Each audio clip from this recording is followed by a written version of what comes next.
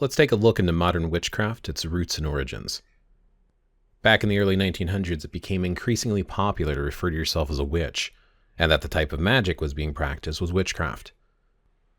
One problem that I felt arose from this is that many of the individuals referring to themselves as a witch had no idea what the term witch or witchcraft meant, and I kind of feel like that continues to today. So let me start with some basic information to begin with. I myself am not a witch. This might make you wonder, why am I talking about witches and witchcraft if I'm not a witch? Simply put, it's because of my interest and fascination with occult and arcane studies. I've been studying spirituality and occult and arcane and type of mysteries, religions, and folk practices for, roughly 29 years or so as of the making of this video. Some of the sources that I've tapped into have been books, online articles, other people's videos, conversations with others, such as going to psychic festivals or pagan gatherings, or just, talking to some friends at the coffee shop, chat rooms and forums, and I just kind of collected a whole bunch of different information over the years.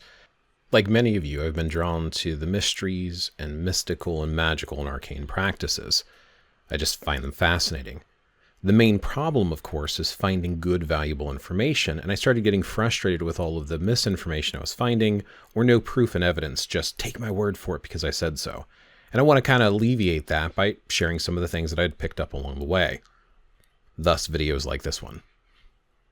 So in this particular video, I want to do this by looking into the history of what the word witch means. Like, where did it originate from? What did it become over time? And how did it come to be in its present-day incarnation? More recently, I would say maybe since the 2000s, maybe 2010, the word witch has become less and less popular to individuals who consider themselves to be either into arcane and occult mysteries, or just people who want to call themselves pagans or some form of polytheists. Which I find interesting in and of itself, just due to the fact that not everybody who practices what they might call witchcraft or want to refer to themselves as a witch are in fact pagan. But don't worry, I'll cover a lot of the different terms for pagan in future videos and the different types of terminology that people are starting to use today instead of the word witch. Witch hasn't gone away though. We still have a lot of people calling themselves witches, which is, again, why we're going over this. So to begin with, let's start with the different types of individuals who might refer to themselves as a witch today. And this is people who would label themselves. And time for the disclaimer. This is, of course, just my opinion. This is based upon my experience and interactions that I've had with others. With that being said, let me talk about the categories that I typically break down individuals who call themselves a witch. The first group, which I consider to be the most common type of witch, is the self-taught, self-initiated, sometimes not even initiated, hype word individual. They call themselves a witch or some form of it because it sounds cool, trendy, and different. And in most cases, these individuals are just looking for some form of identity or label. The degree of hyper-trendiness and how far they take this, of course, is going to vary greatly from each individual, how serious they take it. Some people are just going to be looking for spells that have to be written down by other people, and they're just trying to cast spells out of a book or online, and they just don't put a lot into it, but they got to be a witch, so they call themselves a witch. The second type of person who refers to themselves as a witch is the second most common in my opinion. This is the solitary book-taught witch. These individuals tend to be a little bit more educated, but how educated they are will vary greatly based upon the authors that they have access to and are able to get a hold of, and some of them are incapable of or unwilling to acknowledge the fact that some of the authors that they have trusted for years and have loved have led them astray. The third type is those with hereditary family traditions, folk traditions, that they're either told is witchcraft or they just consider to be witchcrafts. They just call themselves a witch because they do some form of family tradition of magic, mysticism type of stuff. The fourth type starts to become a little bit rarer. This is an individual who does practice with others. They might form a group or a coven. They have some pretty good knowledge. They've taken it another step beyond the books, and they focus on what the group agrees as a consensus should be the term witch. This is witch, this is witchcraft, because this is what we consider it to be. This can, of course, vary greatly from group to group, coven to coven, and what they have access to. The fifth group is very rare, and typically a good resource if you're able to seek them out if you're interested in becoming a witch. This is the officially trained, group-initiated, degree-holding coven witch. The biggest problem I see with this particular group is quite often that these covens may have misinformation. They might have started off with either a bad source or what they're doing is not witchcraft at all, but they've been told it was witchcraft for so long that the coven believes it to be witchcraft, so that's how they teach it to new initiates. But at least you have some group consensus. If you're learning from another group, that's when I think labels like calling yourself a witch are important, because you're learning from them, you're doing it their way. And the last and sixth group is the rarest of them all, and I've yet to meet an individual who falls into this category. This group is part of the original early 1900s reconstruction or creation of what we consider to be witchcraft today. And these are coven-initiated witches, but they're part of the original group who were inventing it as they went along. This group of individuals typically refers to themselves as the inner court, and everyone else is the outer court. Many of them keep their secrets, they don't share it, they don't print books, and they keep everything behind closed doors. And only people that print books are the ones trying to make money off of it that are the big names, which we'll talk about later as some of the first couple authors. So with all these different types of individuals who claim the term witch, and they come from different backgrounds and stuff, and with so many other individuals who label others as witches in a negative or derogatory way, what is this telling us about witches and witchcraft? Well, in my own personal opinion, simply that witch and witchcraft means nothing. The very definition of witchcraft itself can't even be defined by most of the self-proclaimed witches out there. In fact, if you ask any of them to describe what they believe witchcraft to be, you could easily replace the term witchcraft with anything. Magic, folk magic, sorcery, or any similar word, and it would still be this generic description of generalized magic versus witchcraft specifically. All right, let's go ahead and jump back through time. And I'm going to share some of the pieces that I've been able to put together of what witchcraft might have been and how it became to what it is today. This is just a few, this is just the highlights of some of the things that I've come across. So, what's my purpose here? Basically, those who are interested in this type of information and material, whether it's to educate themselves, or if you want to further study it because you're into this kind of stuff. In either case, I hope that this information will inspire you to look up and verify some of these resources that I'm going to share with you and post below. If you disagree, or if you have conflicting information, by all means, share resources below in the comments. This is just what I've picked up along the way, and I've not seen proof that contradicts what I'm about to say in the rest of this video. I don't know everything, I'm not claiming to, but I am very passionate about studying this kind of stuff, and I've run across a ton of misinformation. And honestly, I feel like I've wasted my time on some of it, but now that I know, I want to share it with others. And hopefully you won't waste your time with just repeating nonsense, but asking, where does this come from? What's the source? How do we know this is right? How do we know we can trust these people giving us this information? Now, according to my powers of webfoo, using various sites such as etymology.com, amongst others, and even some of the books that I've read, it would appear that the origin of the term witch comes to us from Old English. Specifically the Anglo-Saxons. So they had a term which would be spelled W-I-C-C-E. And as far as I can tell, and since I don't speak Old English, I believe the pronunciation was actually witcha. And according to Old English sources, this apparently referred to a female wise person, like a wise woman, someone who practiced folk traditions within the Anglo-Saxon tribes. The male counterpart of this would have been spelled W-I-C-C-A, and I believe the pronunciation was something like witcha. So witche and witcha. Now, something at this point that might stand out to you is the Old English word looks very, very, very familiar to a modern neo-pagan path, which we call Wicca. So what's the difference between witcha and Wicca? Don't worry, we'll deep dive Wicca in a future video, but for right now, we're just going to touch upon it in a few moments once we start talking about history and some of the predominant figures of modern witchcraft. Now, I do want to say really quick that knowing the information on the origin of where the term witch came from, it's got me thinking. In my opinion, when someone uses the term witch or witchcraft today, it should basically refer to folk traditions that come out of the Anglo-Saxon traditions, or at least what has survived from those today. Most cultures have some form of surviving folk traditions. And though some of these practices and beliefs may seem similar at first glance, they're very unique to each culture that they come from. And we'll definitely talk later about how many people like to crunch everything under these terms causing a lot of confusion, which I'm hoping to clear up some of in this video. I think it's also important to note that there are some, though not many, surviving old texts that actually make reference to both Witche and Wicca. One of the most notable examples would be Bald's Leechbook from the 9th century CE. Now, I've not gotten a hold of a full translation of this book. I've only gotten little excerpts out of it because a lot of the sites that do the translation you have to pay for.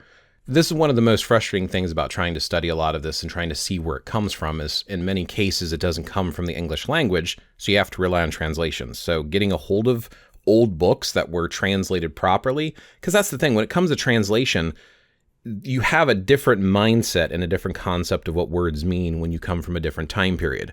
And they don't always directly translate into another language, let alone a different culture, let alone a different era. So you are going to make a lot of assumptions with some of the translations, even from a skilled translator's perspective. Now, inside that Bald's Leechbook, one's translation, I could find a reference to Gesmen, right? And I'll put this on the screen because some of these words, of course, being Old English, I don't know how to pronounce them. But it looks like there's an overlook on this LBIIL, right? A man is overlooked when one having the power of witchcraft has set designs against him. An approach to this sense of the Saxon word is found in, I'm not even going to attempt to read that next part. So warlock, hatred has a blasting effect. This faith is strong in Devonshire. They say that the witch has no power over the firstborn. Notice the context of the translation here. It definitely seems to paint the idea of what we might call a witch in not so good of a light, specifically in this book. What's clear to me also is that we do not have an unbroken line or a list of documents that evidence that shows what the Witche and Wicca may have practiced in the Anglo-Saxon tribes survived to today. So in essence, this is a historical reference to an all but dead past practice that only has remnants in the modern era because people don't give up their old practices. You'll see in different cultures today, even the way that they do Christianity as an example, they're going to do it slightly different and they'll have different traditions that are very cultural based. So I do think a lot of the old practices survive in modern Christian practices, but that's another video. I would also argue that we should be grateful to Christians for writing this stuff down for us to consume today. A lot of people get really angry at Christians that get into some of this polytheistic stuff, but if the Christians didn't write down myths and lore and legends and keep the cultural traditions survive and adapt them into their new faith, we wouldn't have access to them. But again, what the Witche and Wicca were doing, we don't know. We don't have a full record of how they used to practice. So anything that is today is not the same as what was back there. There's actually several books that I'm planning to share in future videos that I believe may have had a large influence on what people think of as paganism, heathenry, and polytheism today. However, since a lot of that is my own theory and speculation, I'm going to skip a lot of those for now and kind of jump forward in time to the early 1900s. This video is going to be long enough without those. I want to stick to the things that we know are directly related with modern witchcraft. So again, the term witch is derived from the Anglo-Saxon term witcha. All the records that I've been able to find in regards to the use of the term witch and witchcraft have been in a negative light. This is including stuff like the witch trials that a lot of you are familiar with or at least have heard of. It was a crime. They were punishing them for practicing witchcraft. It was a bad thing. I think this is important to note that as far as I can tell from the initial creation of the word, based on the old Anglo-Saxon word, it has been used in a negative light, or for someone or something who is evil or consorts with evil. Even like I was mentioning earlier in Bald's Leechbook, it seems to be listed as a negative thing, not necessarily a good thing. I believe there's supposed to be some sort of spell book out there that has a healing ritual that was supposed to have been accredited to the Witch and the Witche, but I don't remember what book that was from, and I wasn't able to find it in time to make this video. I think I have a reference for it somewhere out there, or maybe I read it once and I wasn't sure about it, so I didn't write it down. Now, with that being said, this is kind of speculation from reviewing historical sources, such as these witch trial cases. I think it's important to note, and a lot of people have repeated this, that it's very likely that a lot of these people were falsely accused. We have examples of people being falsely accused just to steal or grab land. There was a theory that eating weevils in the bread and grain made people hallucinate or something along those lines, basically bad food, and they were seeing things that weren't true, and they made false accusation against their neighbors. So there was a time period where the term witch was thrown around just for negative and bad things. But again, I don't see historical records or evidence showing that someone called a witche or witcha or witch was a good thing. Even with it being used over and over and again to denote someone who was an evil individual, we also have to look at the fact that there was sometimes local folk healers and midwives and soothsayers that I doubt were directly associated with the term. So they might not have used it for themselves, but someone today might have called them a witch. And if somebody didn't like them, they might have classified them as a witch. And I think this overlay of individuals who are practicing something that may or may not have been acceptable or suspect at the time might have muddied the waters of what it was to be a witch during that time period. I don't know of a full account surviving today of those individuals who would have gone by midwife or local herbalist or healer that survived today, so I'm just speculating at this point. So let's go ahead and move on. If you're interested in looking up examples of witch and witchcraft as far as it being used in a negative fashion and it being outlawed, you can actually look up the laws of Aethered and Newt, and I might be mispronouncing these, so I'll put it on the screen. I did find one translation, and it references both witche, meaning a witch, and wigleri, if I'm pronouncing that right, which would be like a soothsayer, magician, or wizard. Notice they're putting a whole bunch of different words in an attempt to translate this word. And it says, I believe this word in default of the word witcha to stand as masculine. So they had a masculine and feminine version, and they changed it a little bit from the word witcha. I assume, again, assumption, speculation, not to get confused with witche. There's also a note on witche that a witch, hence wiglung, in the compound word apparently referring to necromancy. Pointing this out because of laws and records. And it says here, the practice of sticking pens or needle into a waxen image of a person against whom the witchcraft was directed, consistent probably at first in sticking them actually into the body of the individual. But as this process was no doubt sometimes attended inconvenience and danger to the operation, the easier and safer method was devised of substituting a waxen proxy instead of the true man.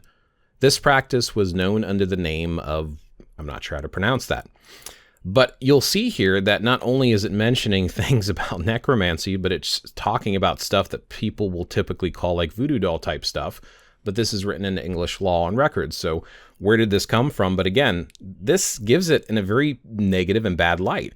I think it's also important to note the terminology used here, that they refer to it as necromancy. Mancy is like a form of divination, and necro refers to the dead.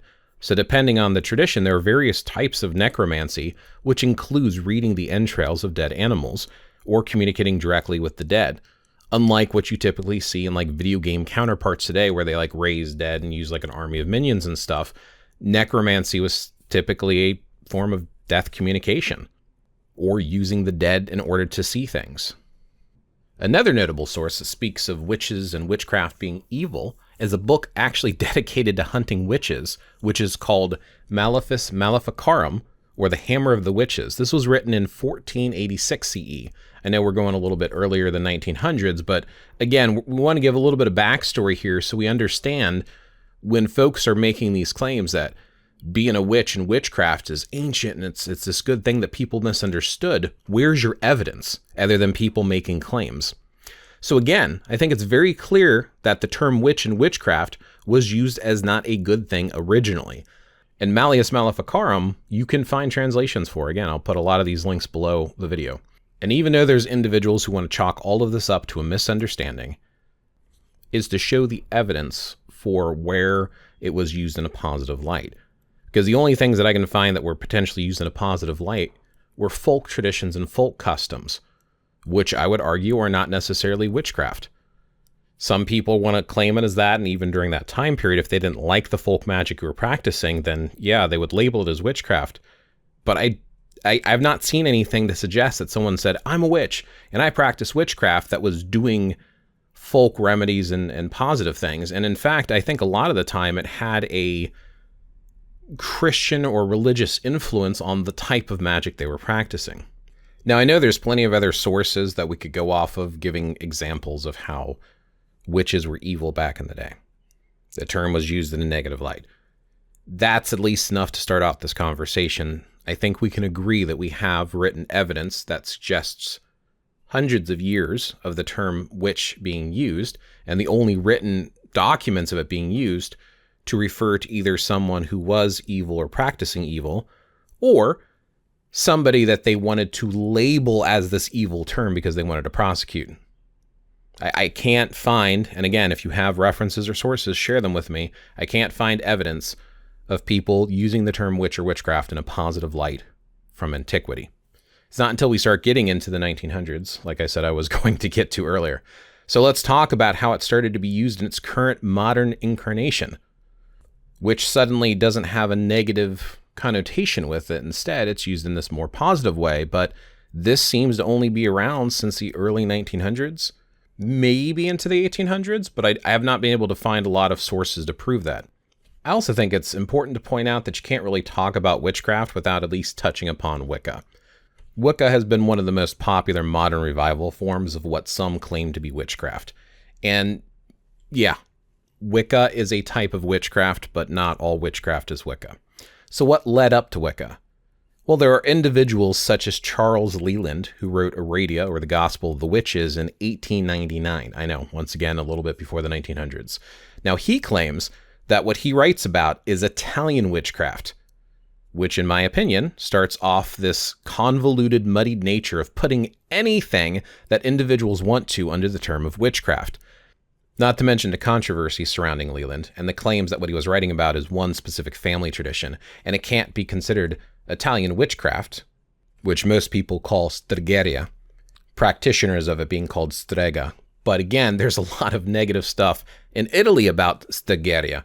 Now, that's a different video, so I'll save that for later. What I will say about Charles's book, since I do own a copy of it, that pretty much all of it is ritual prayers and chants. He has both English translations and either Latin or Italian. I think it's Italian, but it could be Latin. Since I don't read either, I really don't know. I will say some of the prayers and chants and information that's written in the book is going to be very off-putting for your average individual. It does mention both Lucifer and Diana and their brother and sister, and they have a child, which is Aradia, who's the first witch on Earth. And Lucifer, now this is not the Christian Lucifer, but if you're Christian, people will instantly think of Lucifer. That's, again, there's so much that gets touched upon when you talk about witchcraft and its history. You have so many outside influences. If nothing else, though, this at least lays some groundwork to get an idea of what people might have thought of for witchcraft back in 1899. Not necessarily because it was accurate, but it was a source that we have today that we can look back on and see how someone might have written about it, but also know that people in that time period, they didn't have access to the internet. So if they read this book, it's going to influence their thoughts on what witchcraft was. There's also a book that's even older. Again, I know we're not in the 1900s yet, but I don't have a translation of it. It is apparently French. I think it's pronounced Les Sorciers, written by Jules Michelet back in 1862. So again, I would argue that both of these cases are in fact not witchcraft, but they are folk traditions using the term witchcraft very loosely. And this is back to my original point that the term witchcraft has no meaning, because now we're taking what's supposed to be a term that derived from the Anglo-Saxons, and now we're mixing in French and Italian sources to kind of muddy the idea of what witchcraft might be. Unless, again, we use it very generically, that anything magic related is now witchcraft. Now, let's finally get to the 1900s with the first author I will mention, Margaret Murray. And she wrote 2 books in the early 1900s. She wrote The Witch Cult in Western Europe in 1921 and The Good of the Witches in 1931. Both books, I believe, have had a great influence on the modern cult and what people believe witchcraft is today. Another very notable source, though I don't think was a witch or pagan as far as I know, is a poet by the name of Robert Graves. He wrote a poem called The White Goddess. There's even an entire book by Robert Graves of the same name. And it is believed by some, myself included, that this inspired a lot of individuals to start thinking of a mother goddess and start laying a lot of groundwork in the early 1900s for how we think of polytheism, paganism, and all that today. Now we can finally get to Wicca. Wicca we know is a neo-pagan religion that was created by Gerald Gardner. He was born June 13th, 1884, and passed away February 13th, 1964. So now it's time for a little bit of speculation based upon what I've read. So it's pretty clear that the term Wicca is spelled the exact same way as the old Anglo-Saxon word witcha. So it would make sense that he was in England, and if he's looking into historical stuff from that area, that he would tap into some of the Anglo-Saxon tribe stuff to kind of revive and bring some stuff back. So looking into these old words, a lot of people do that. They think because they use an old word, it ties them into the past. And I think this is what causes a lot of confusion around Wicca and witchcraft and stuff, is people are like, oh, there is an old word, and we're using that same word today, therefore it must be connected. Now, the way that he's using the term witcha is, of course, everyone says Wicca. I don't know how Gardner pronounced it, but he used that to refer to the actual faith, the practice. And the individuals are now being called Wiccan. I don't know if Gardner used the term Wiccan himself. I just know Wicca was associated with being revived as a term through Gardner.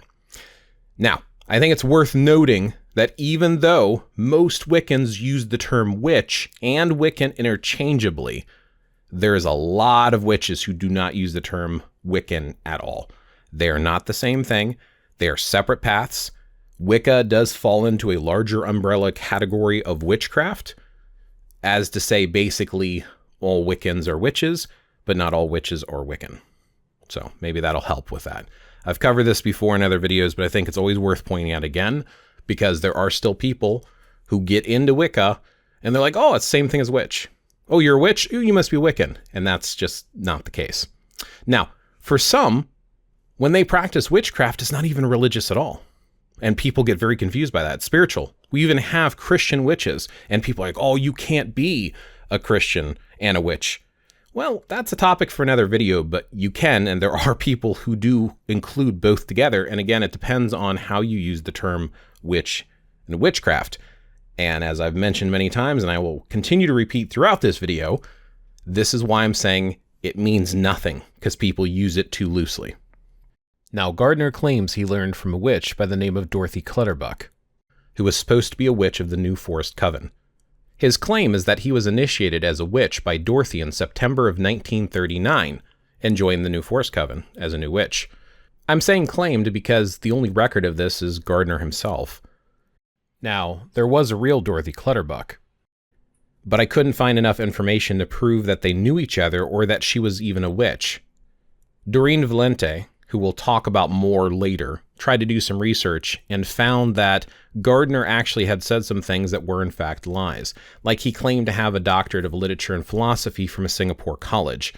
But when she reached out to the Singapore college, they had no record of him, and the year he claimed to have gotten these degrees, the college didn't even exist. So again, this is already putting into effect that one of these people that people look to as starting all of this, we know he told some lies. So how much can we believe? And again, we're just taking people's word for it at this point.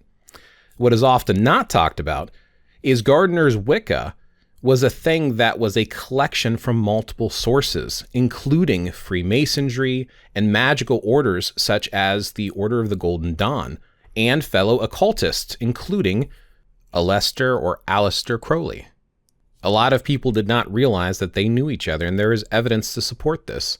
As well as Ross Nichols, there's actually some correspondences between the two. We just don't know how much interaction they had.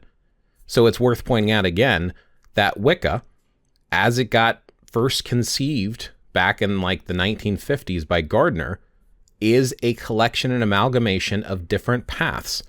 So at the start, if someone is a Wiccan, what they're practicing is not old school witchcraft. It is a modern conglomeration between different paths. And it is worth noting that some of these paths, including Freemasonry and the Order of the Golden Dawn, some of them are very Christian influenced, which will bother some people, especially if they're hardcore polytheists or pagans, and they're also Wiccans, to know that there is very much Christian magic interwoven into their practice. But this is a fact, and this can be proven. Now, I could go on this topic for some time. In fact, I could make an entire video dedicated to Gardner because there's a lot to say about him. But I'm going to end this particular section on him by just saying, as far as I can tell, he invented using the term Wicca in the pronunciation of Wicca today to form a New Age religion that is a gathering of different paths under this new term. This type of Wicca is specifically referred to as Gardnerian Wicca and is considered inner court in its original incarnation. We'll talk about inner court and outer court later. Gardnerian Wicca is also grouped under a larger umbrella term, BTW, which stands for British Traditional Wicca. Some people will also say it stands for British Traditional Witchcraft. I don't know for sure. As far as I can tell, it's British Traditional Wicca, but I'm not going to argue that point here. Now, I did note earlier that in its original incarnation, because it is also worth noting that Gardner was a nudist and he practiced skyclad. Some of you may have heard the term practicing skyclad, and they're referring to being nude. And Gardner's coven was mostly women. So there is speculation there, but I don't know for sure. All the details are truth around some of the rumors. What I will do really quick, though, is I'm just going to show you a quick clip of him talking, because some people have either not seen him or not heard him. So here you go. This is Gardner. And now to meet the witch, Dr. Gerald Gardner, who lives in a ruined mill among a collection of eerie relics of witchcraft. Surely one reason for the secrecy today is because covens are an excuse for sexual orgies. Oh, that's nonsense. You see, they've got a very good religion of their own, and they work a little magic if they want to. But of course, most of it is just to have a little dinner and a dance. Well, what do you dress in when you dance? The traditional witch's costume. Which is what? The skin. In the nude? The nude, yes, exactly. It's not a fact that these meetings are really very largely sexual orgies. They're not. Not in the least. As we weren't able to produce any fairies, we found a self-professed witch instead, Dr. G.B. Gardner, sweeping the crossroads near his home in Castledown, placing the dust in a shoe in which it's taken indoors, is done to simulate sweeping away continuous bad luck. These superstitions are typical. Many fishermen will still cancel a fishing trip if they see a red-haired woman or a cross-eyed man. In a tiny island 30 miles by 10 miles, there's a whole world of beauty, interest, and enchantment. Another very influential writer from the early 1900s is Alex Sanders. He was born June 6, 1926, and he passed away April 30th, 1988. Him and his wife Maxine started their own version of Wicca, which they referred to as Alexandrian Wicca. Sanders' version is sometimes referred to as witchcraft. Other people refer to it as Wicca. I most often hear it as Alexandria Wicca instead of Alexandrian witchcraft. Now, most people also consider this to be inner court as well as BTW. Sanders gets a lot of high praise from the community because of some of his publications and books that he's written, but there is a lot of controversy around him. Sanders claims that he was initiated by his grandmother, who was also a witch, and that he comes from a line of hereditary witches. Again, all claims because we can't prove this. The only evidence we have of this is him making the statement. In my opinion, the interview where he's talking about this is mildly off-putting, as he describes his initiation ceremony where his grandmother cuts his scrotum because he must bleed because he is of the blood. I'll share that footage here in a few. Now, he makes this claim about being a hereditary witch, but there's actually record of him being a member of the Gardnerian Coven before breaking off to start his Alexandrian tradition in the 1960s. So I have to wonder why he became a Gardnerian Wiccan if he was already a witch. Why did he join this other coven and then break off and start his own coven? So I do feel like there is controversy around that as well. He's often referred to as the King of the Witches, but I'm not sure if he gave himself this title or if other people gave it to him. There is some footage of him practicing ritual, again, pretty much with all women. Now, this is actually in the same video that has the interview about his grandmother cutting his scrotum. And again, this is kind of off-putting for me. He's basically in a loincloth, and he has a very, very young child with him who's supposed to be his stepdaughter. And in my opinion, she looks rather freaked out. Now, is it possible she's freaked out because the news crew is there interviewing them and recording them? I don't know, but it just doesn't sit right with me personally. Now, like Gardner, he could probably have his own video, but I at least wanted to mention some of these highlights because, again, they're things that people don't talk about, but they pick up his book and praise him.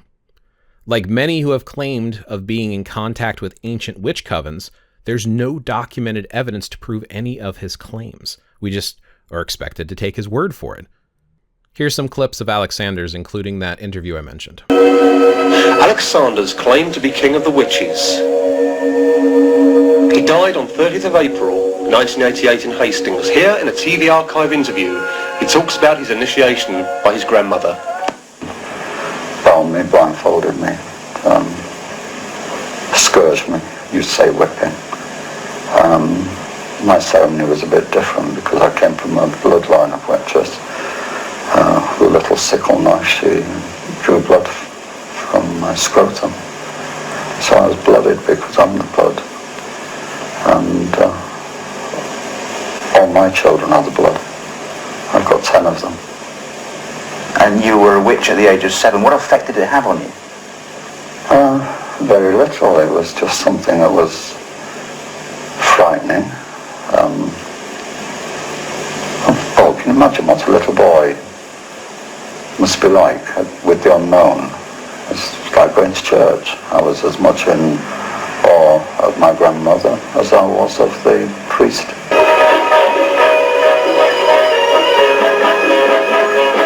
Alex has been a major figure in the revival of witchcraft, and in 1962 was elected King of the Witches.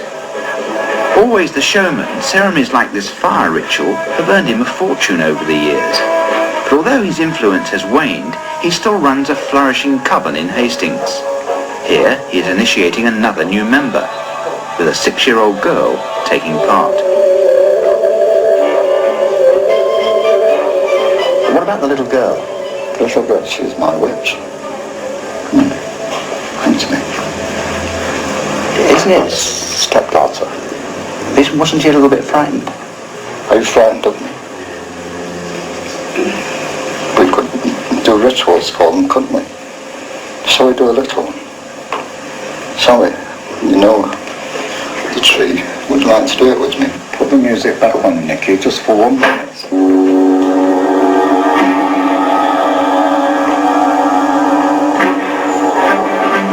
Yet even as he stands unseen about the circle, so dwelleth he within the sacred seed.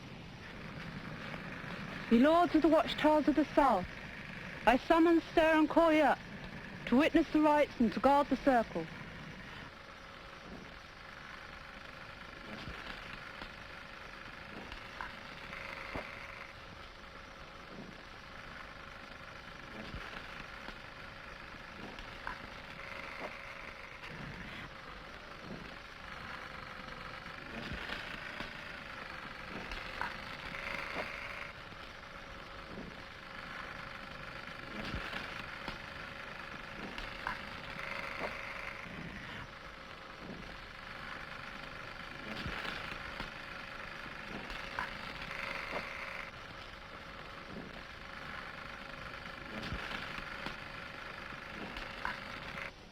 As a rule, they say to me, "Are you a witch?"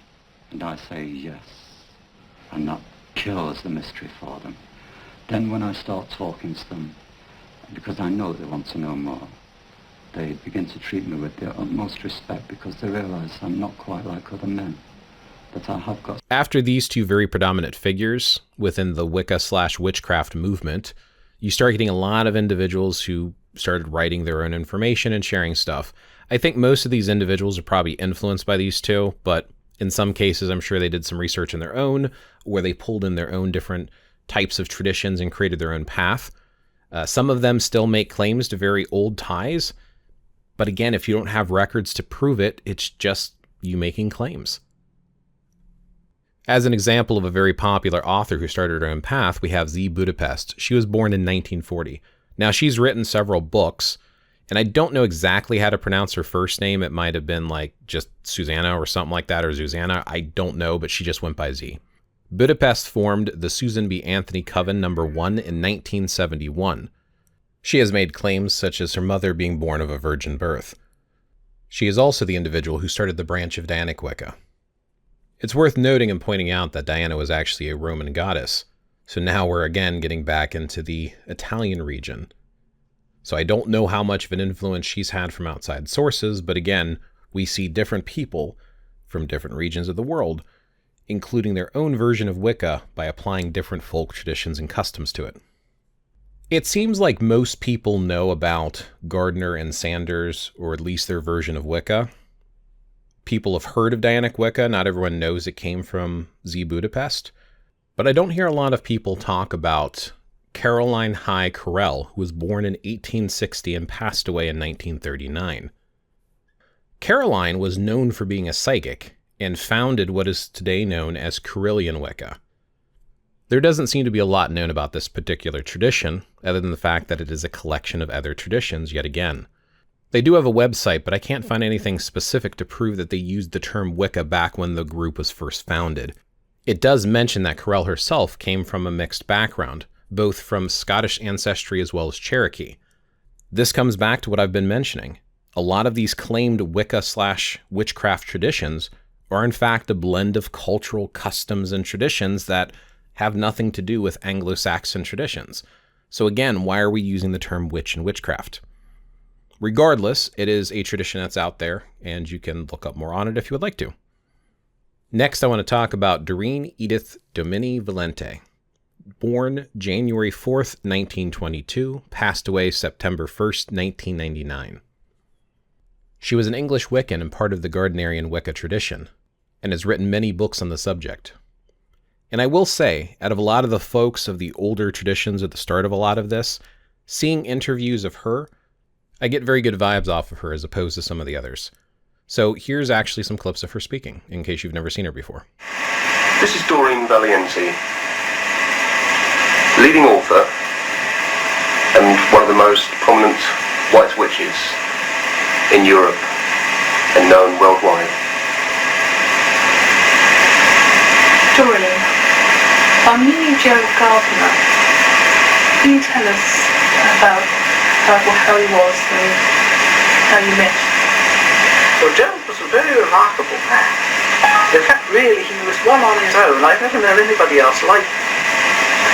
And he wasn't by any means perfect, which of us are, but I think he did an enormous job in reviving the old religion, and a job that possibly nobody else could have done. We first met in 1953, after we'd exchanged a few letters, and he initiated me into the old religion. Do you think the craft has changed over the years when you first met? Oh yes, it has changed a very great deal, because the whole social structure when I was first initiated is quite different from what it is now. In those days, the idea of anybody being witches was absolutely horrendous.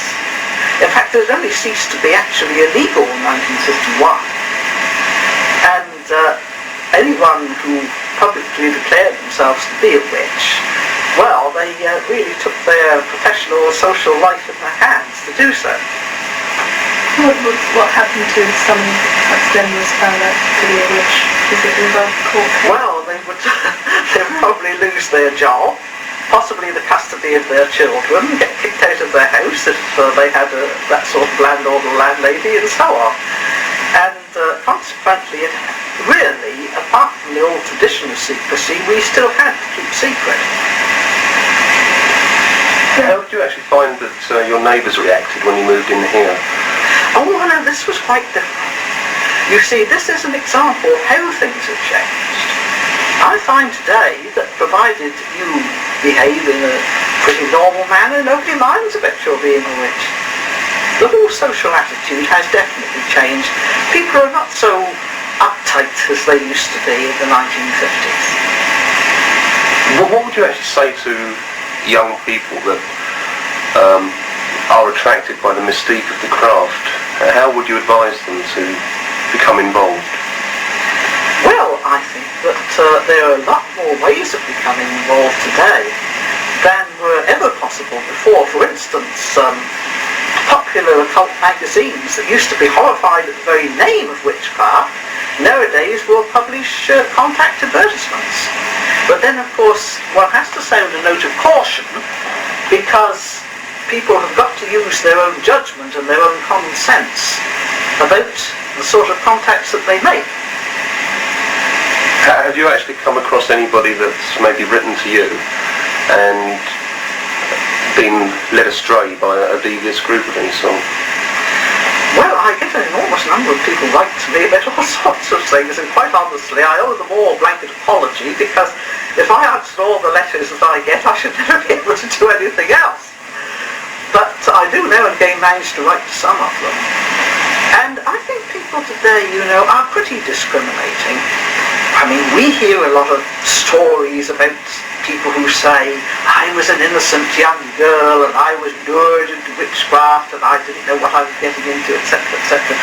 Well, quite honestly, I really take this sort of thing with a large pinch of salt, because I get rather sceptical when somebody says to me, oh yes, we made blood sacrifices of animals and we had sexual orgies and we took drugs, but I never dreamed I was getting involved in black magic.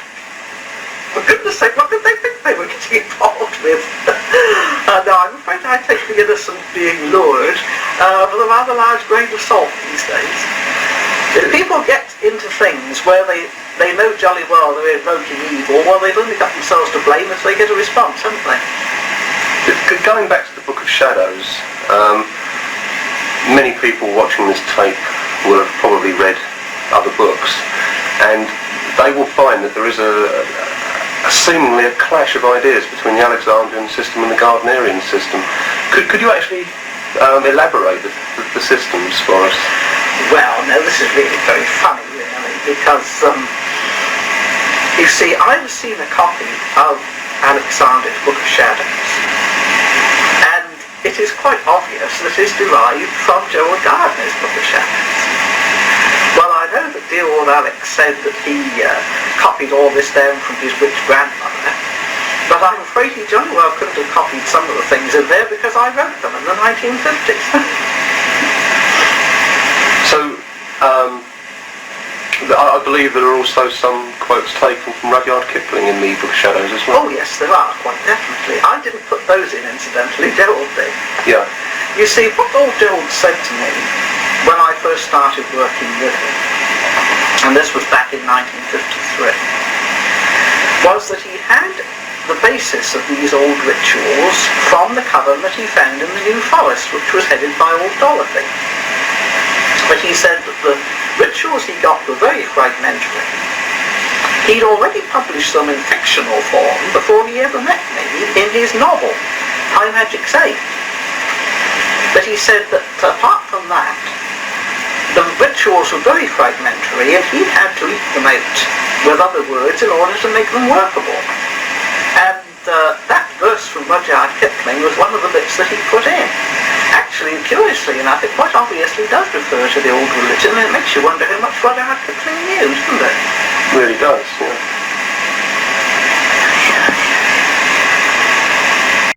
Many of you have probably heard of the name Raymond Buckland. He was born August 31st, 1934, passed away September 27th, 2017. He was a high priest in both the Gardnerian and Sioux Wicca traditions. I've never heard of the Sioux Wicca tradition, but apparently that's listed out on some of the sites about him. His craft name was Rabat, and he appeared on multiple different interviews, so you can see a lot of footage of him speaking. I'll still share some at the end here anyway. His most notable book, in my opinion, is what a lot of people who are into witchcraft or Wicca affectionately call the Big Blue Book of Witchcraft. However, I often ask many people if they've actually looked into this book and read it versus just owning it and referencing it on occasion. Some people might actually consider this one of the few books written that has intercourt material in it. In fact, I would argue that some people might not be comfortable practicing some of the rituals in this book. The book actually has an initiation ceremony which is supposed to be performed by someone of the opposite gender. So if you're a woman, a priest would perform it, and if you're a man, a priestess would perform it. In the book, it details out that you would be completely nude with a robe over you, with it opened in the front. You would have your arms tied behind your back and a kind of loop put around your neck, and you would be blindfolded. You would then have your genitals anointed. There is a lot of symbolism in this ritual. However, I would argue that the average person today would not be comfortable performing or having this ritual performed to them. But this is clearly written in the book as the initiation ceremony. There, of course, is much more that can be talked about with Buckland. Again, Buckland's one of those authors that you could do an entire video on. But I specifically wanted to call out a ritual that I think most people would not be comfortable with because of the shock value of it, but also because I don't think a lot of people realize what's involved or are willing to do what's involved. They want the witch name without doing the things that make them uncomfortable. And as mentioned, here's some clips of Buckland. The old religion could not continue openly. If it was to continue, then it had to go into hiding. Wiccan groups, covens, had to meet secretly, perhaps in an isolated clearing in the woods or in a cottage far from the rest of the village. Outwardly, witchcraft had finally died, beaten to death by the earthly representatives of the God of Love and the Prince of Peace. Yet, covertly, the old religion did continue. Here and there, a sprinkling of pagan practices managed to survive, more or less openly, or occasionally disguised as Christianity. Old festivals which refused to lie down were frequently taken into the Christian church, perhaps with a new name. Many pagan gods suddenly became Christian saints. The church took over many of the old holy days, such as at Yule, Easter, Hallows Eve. It wasn't until as recently as 1951 that in England the last laws against witchcraft were finally repealed. At last, in the mid-20th century, if there were any witches left, they could once more come out into the open. They were free to stand up and give their side of the story. Needless to say, none pushed forward. Printing had been invented during the persecutions, so the very first books published on the subject of witchcraft were written by the opposing church. Not unnaturally, these opinions were more than a little biased. Later books could only refer back to this earlier propaganda. So, for hundreds of years, anything published on the subject of the old religion has been from its enemy's point of view. Is it any wonder, then, that so many people hold the misconceptions that they do today? In 1921, in a book called The Witch Cult in Western Europe, a well-known and respected anthropologist named Dr. Margaret Murray put forward the theory that witchcraft had actually been a religion in its own right, with pre-Christian origins. She expanded upon and gave scholarship to ideas tentatively advanced by Charles Leland 30 years earlier. In fact, she was one of the first to attempt to draw a connection between the witchcraft of the Middle Ages and the origins of religio-magic, as we have seen them here. Many of Murray's theories later proved somewhat far-fetched, or seemed to be so, and much of what she said has since been discredited, yet much has also been accepted and confirmed. In 1954, a book appeared titled Witchcraft Today. It was written by a Dr. Gerald Gardner. In the book, Gardner said, in effect, what Margaret Murray suggested is true. Witchcraft was a religion, and in fact it still is. I know because I'm a witch. Finally, a practicing witch had come forward to give their side of the story, to start the long, hard job of restoring the balance.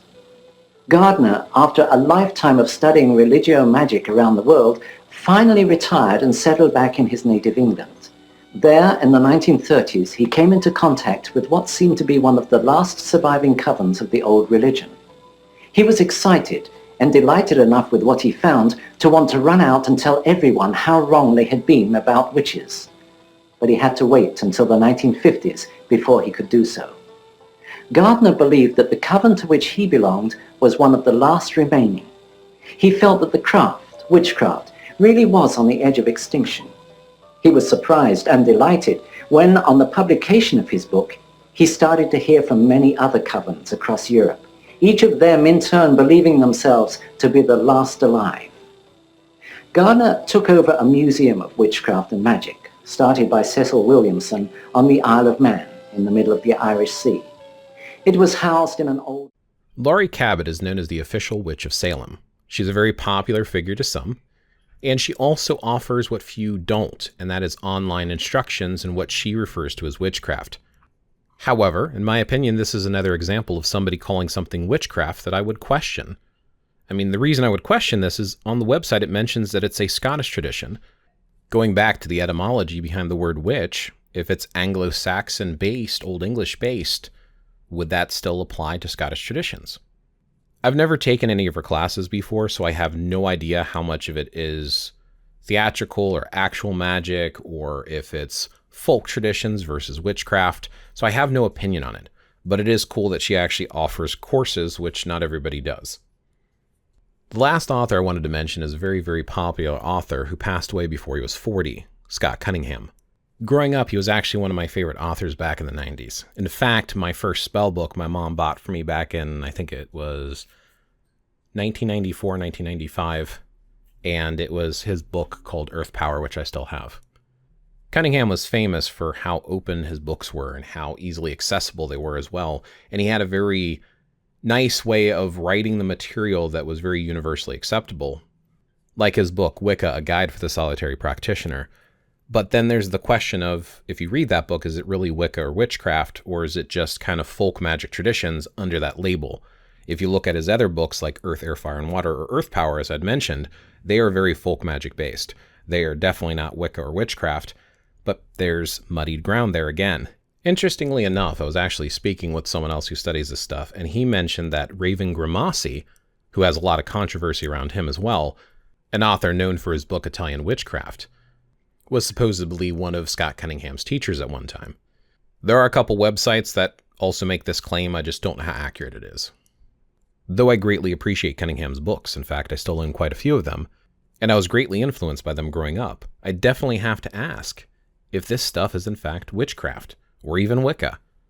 At the time he was writing, I'm sure a lot of the sources out there were already starting to be misinformation and kind of muddied on what Wicca and witchcraft was. So I think, again, this is what caused a lot of confusion, is authors wrote source material that was misinformation, and then new folks that were studying and researching and became authors had that as their original sources. So hopefully this video can tie you back to the past and clear some of that up. Anyway, here's some rare clips of Scott Cunningham, because I don't think a lot of people have actually heard him speak.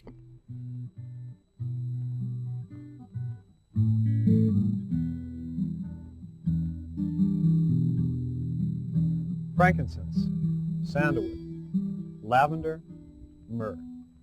These are the words of power, the most ancient form of the occult arts, herb magic. Hello, I'm Scott Cunningham. For the next hour, I'll be your guide into the world of incenses, oils, and brews. Thanks for coming along for the journey, and I hope you enjoy this introduction to green magic. Now, I've written several books on the subject, and plan several more. The books are limited to words and pictures. In this video, I'll show you how to do some of these facets of herb magic so that you can see them actually being done. The best way to learn is by doing. And I hope this video will help others to learn and investigate the practices of herb magic. If you think this idea is absurd, the fact that tiny plants can possess amazing powers, think of the white willow. For centuries, herbalists used its powers to relieve muscle pain and spasms. Then science discovered that it actually did relieve pain, and this is still used as a basic ingredient in aspirin. Herbs contain real powers and energies which work on both the physical and the spiritual realms. But don't take my word for it.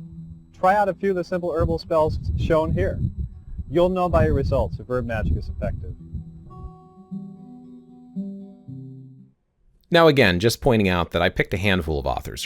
There's tons of authors we could discuss, but I think a lot of the ones that I pointed out as examples were some of the big figureheads with some of the movement of how witchcraft evolved into what it is today. And again, I really think that this kind of proves my point that it was pretty much invented and created from scratch based upon other folk traditions in the early 1900s. This is not an ancient path. There's also a lot of books, and a lot of them make claims to have the true history and origin of Wicca and witchcraft. And it's something that I find very frustrating, because in fact, most of these books seem to pretty much publish almost the exact same information or versions of it. You see a lot of repeated stuff, especially from Llewellyn Publications, which I own a lot of their books. It was what was available, because it's hard to find this stuff, and people have a tendency to want to look for things that are going to teach them how to practice versus just talking about historical stuff. And they get mad when they read some of the historical stuff because they don't want to accept it. So in closing, like, the entire purpose of me making this video is just to remind folks who want to use the term witch. As I've said in multiple videos, the label itself has almost become completely meaningless.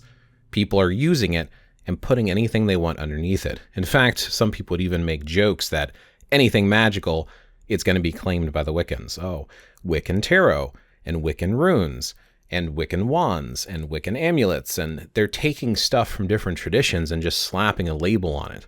And a lot of people don't look for the source of origin of some of this stuff. And to me, I personally, and this is a personal choice, I don't like to do things that don't have meaning or purpose behind them, so I'd at least like to acknowledge where they come from. And as I've shown in this video with some examples, the word witch itself has come from meaning something evil and negative and turned into a New Age reconstruction that collects from a multitude of traditions. It has become this giant, generalized term that basically just means somebody who practices some form of occult or arcane practice. From my studying this stuff going on 30 years now, I genuinely believe that the term witch and witchcraft has become completely meaningless. You might as well just say magic and magician. People are going to apply it however they want, whenever they want, any fashion they want, with little or no group consensus whatsoever. I'm not here to tell you what you can and can't call yourself. I'm not trying to dictate the use of the word witch. I just want to encourage people to think about it. Instead of just hearing a label and saying, I'm that because everyone's calling themselves that, take a moment and ask yourself, what are you really trying to accomplish with that label? If you're trying to research and practice and do things, then do it. You don't have to have a label. You don't have to announce it to the world. If you're not practicing with a group of others, honestly, labels have no meaning whatsoever. If you're practicing with the others, then you at least have group consensus of how to go about practicing. And there are people who call themselves witches that are part of covens, that are part of traditions. Even if those traditions are 20 years old, 50 years old, 100 years old, it doesn't matter. They're part of something. So it makes sense, in my opinion, for those individuals to call themselves witches. But just picking up a book and saying you're a witch because you want to practice magic, to me, it just doesn't make sense to me personally. But again, you make the choice for yourself. You're also going to have individuals who make these claims that they're part of this ancient witch order and tradition and they passed it by word of mouth and they're all secretive about it. There's two problems with that. The first problem is, how do you know they're not full of shit? How do you know what they were taught was legit or if they're making it up? Even if you believe them, and even if there is some sort of ancient tradition that has been passed down for hundreds or thousands of years, they're quiet about it, you don't know about it, you're never going to be able to have access to it. So this whole claim and believe me because I said so thing doesn't work for me. Some people do that and they swear, oh, well, my teachers, they have this ancient practice and we just can't share it with outsiders. Okay, then that's irrelevant for this larger conversation. The point of this video is the larger conversation for the average individual. If you have access to some sort of secret, ancient, whatever, fine, more power to you. Great, you found something cool. Well, the greater society, the greater population don't have access to that. So that is irrelevant for the larger conversation.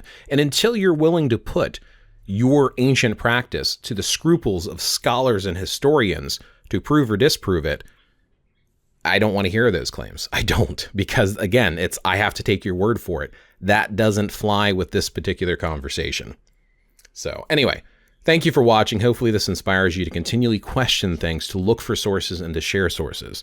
It's by sharing this stuff and discussing things together that we can all learn. So anyway, thank you for watching. I know this was a long one. If you made it this far, consider hitting a like, do a little thumb up, do a follow. I'll definitely have some more videos coming your way. Anyway, I'll catch you in the next one.